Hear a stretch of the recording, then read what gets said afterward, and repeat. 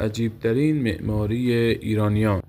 شاهکار معماری ایرانی در قرن هفتم هجری.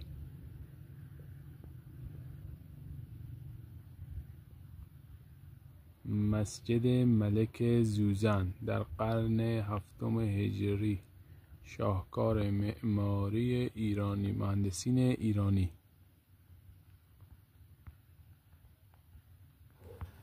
مسجد ملک زوزن یکی از عجیبترین معماری ایرانیان هست که 1000 سال پیش انجام شده و تنها اثر آجری باقی مانده از بقایای شهر تاریخی زوزن می باشد.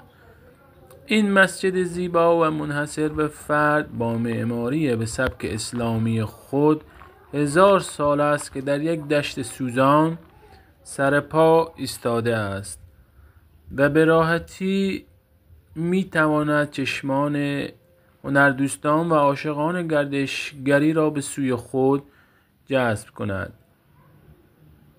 شوربختانه امروز از این اثر فاخر چیزی جز 2 ایوان جدا از هم باقی نمانده است.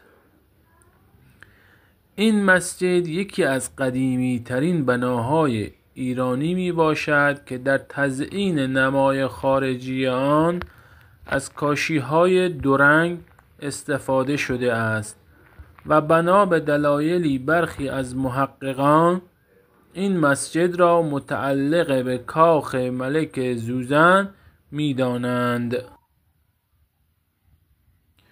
دوستان عزیز، اگه از این ویدیو خوشتون اومد منو سابسکرایب کنید و لایک و کامنت هم یادتون نره تا بتونم انرژی بگیرم و در هفته‌های آتی ویدیوهای بهتری براتون بذارم.